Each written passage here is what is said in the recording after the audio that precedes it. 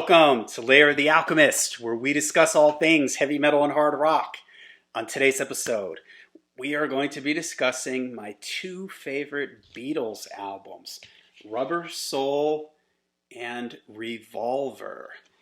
Now, I've mentioned in other videos that I don't know if it was my age or school I went to, the area that I grew up in or something, but I had an interesting, I listened to a lot of different stuff and I really liked a lot of different stuff.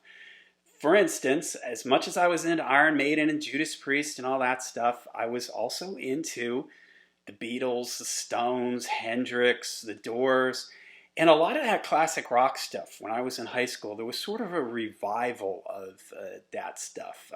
There was like the Jim Morrison Doors movie came out at that time. There was a lot of like Woodstock documentaries on TV and stuff. And so it was just something that late 60s, it was very popular. I was hearing a lot of that on my local classic rock radio stations. I was hearing my Maiden, Priest, and Accept and stuff like that on college radio stations. And on MTV, I was hearing the LA stuff like Rat, Dokken, and Motley Crue. So I kind of liked all this stuff. It all sort of shaped my musical tastes. And you hear me talk a lot about I'm a sucker and I love songs that are melodic and catchy. Well, a lot of that comes from the Beatles. I mean, they are John Lennon and Paul McCartney. Did two of the greatest songwriting teams of all times. And even if you don't really like the Beatles, you got to acknowledge that they had a ton of hits.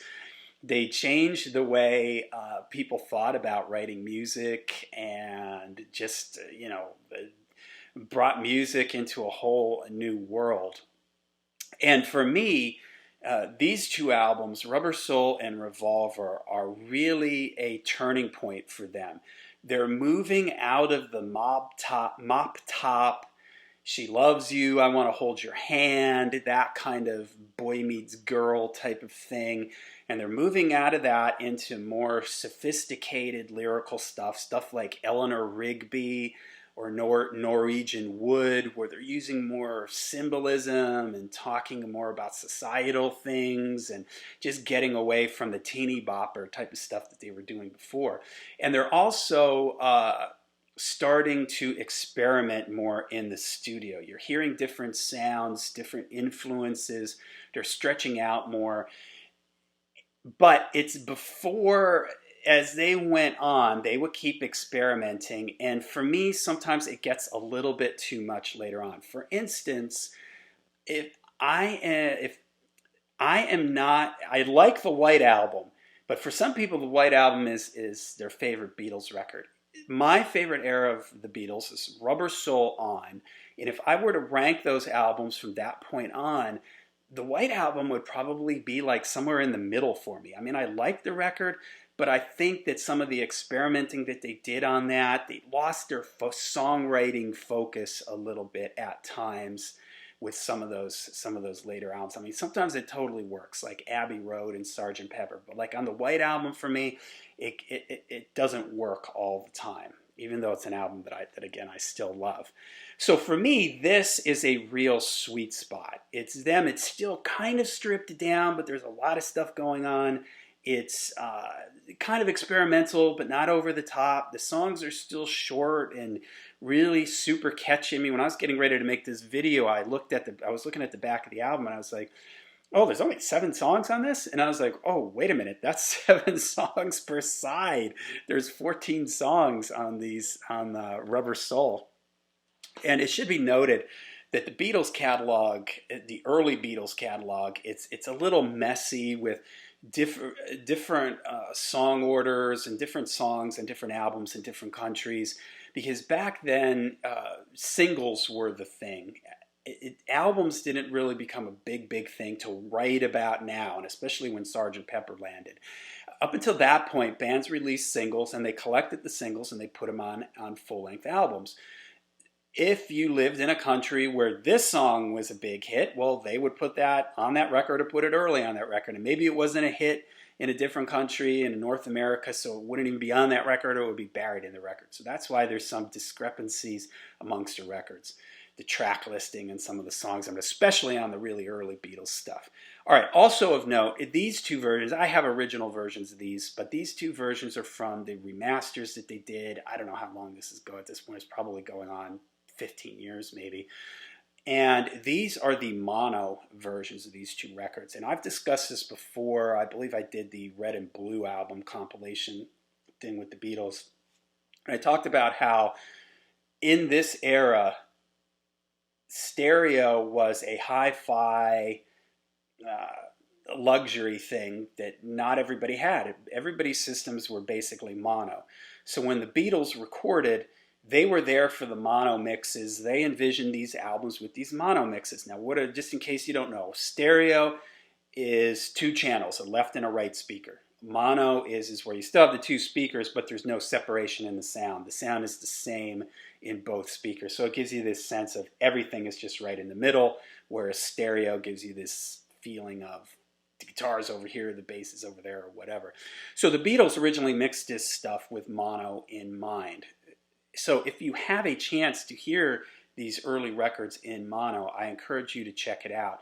These two records are not so bad in stereo because they were starting to be able to play around with it more and center, give the illusion of things being in the center. The really early stuff is really hard to listen to with headphones because sometimes you get all the instruments in one channel, all the vocals in another, and nothing.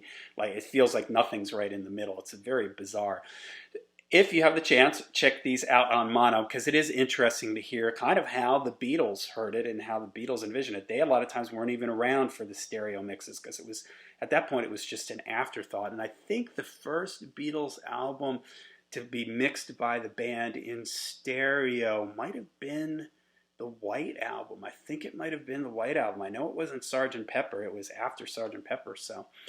Okay, what's there to be said about the Beatles? So many great songs. Lennon and McCartney, they have this great chemistry between them. Lennon has his own style of singing. He's a little bit more rough. His song lyrics are a little bit more downer and everything, dour, whereas Paul's more uplifting, his high tenor voice. And plus, you have all the George Harrison sings. He's got a great kind of in the middle voice. And Ringo Starr, for me, he always had sort of the comedy, fun voice of the group. He was the fun guy. You know, everybody in the Beatles had a thing. Paul was the cute one.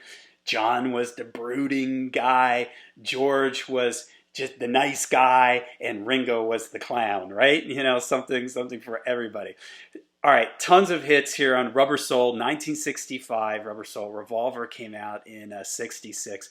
Drive My Car, great sort of groove to it. Norwegian Wood, this is an example. The Beatles, again, getting away from the Love Me Do stuff and taking on some more sophisticated type of lyrics with symbolism and metaphors and all this different kind of stuff. And that was really revolutionary at the time. People didn't know what to make of it.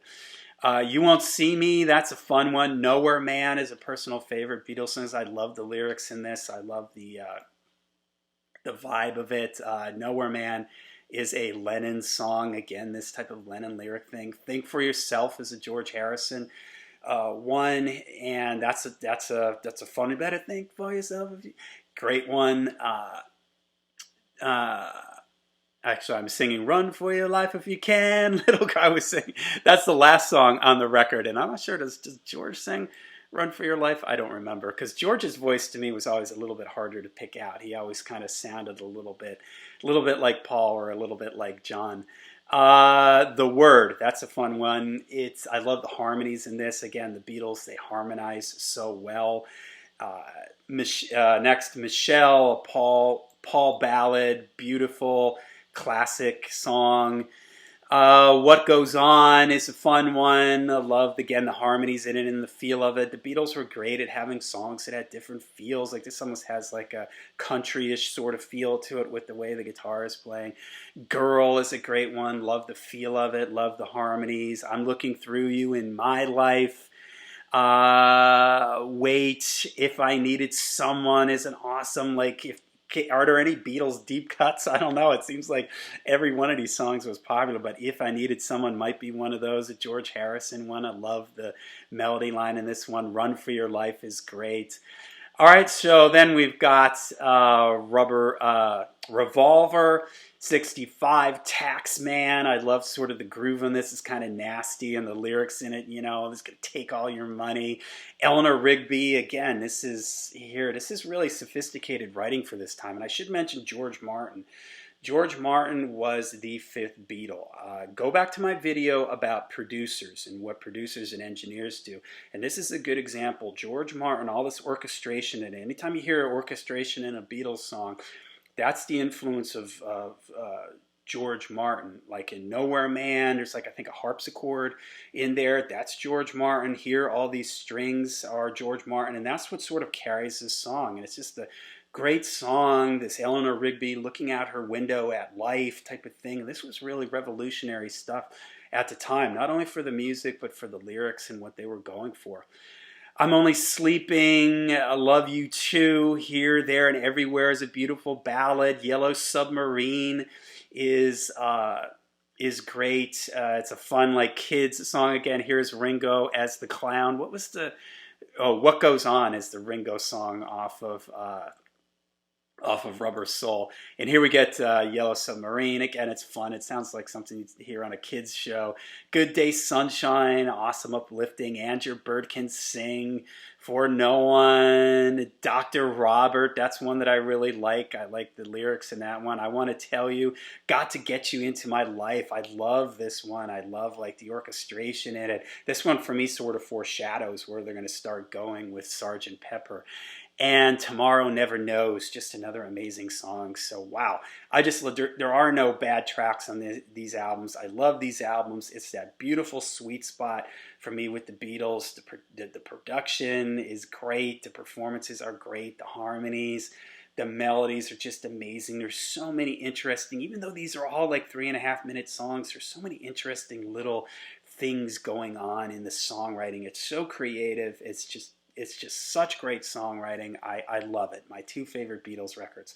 All right, let me know in the comments down below what you guys think of these two Beatles records. What are your favorite Beatles records? What's your favorite? Are you like me? Do you prefer this sort of Rubber Soul and after era? Do you like the early stuff? I mean, sometimes I'm in the mood for the early stuff, but this is my spot right here. So let me know in the comments down below what you guys think. And until we see you again, make sure you rock hard, ride free.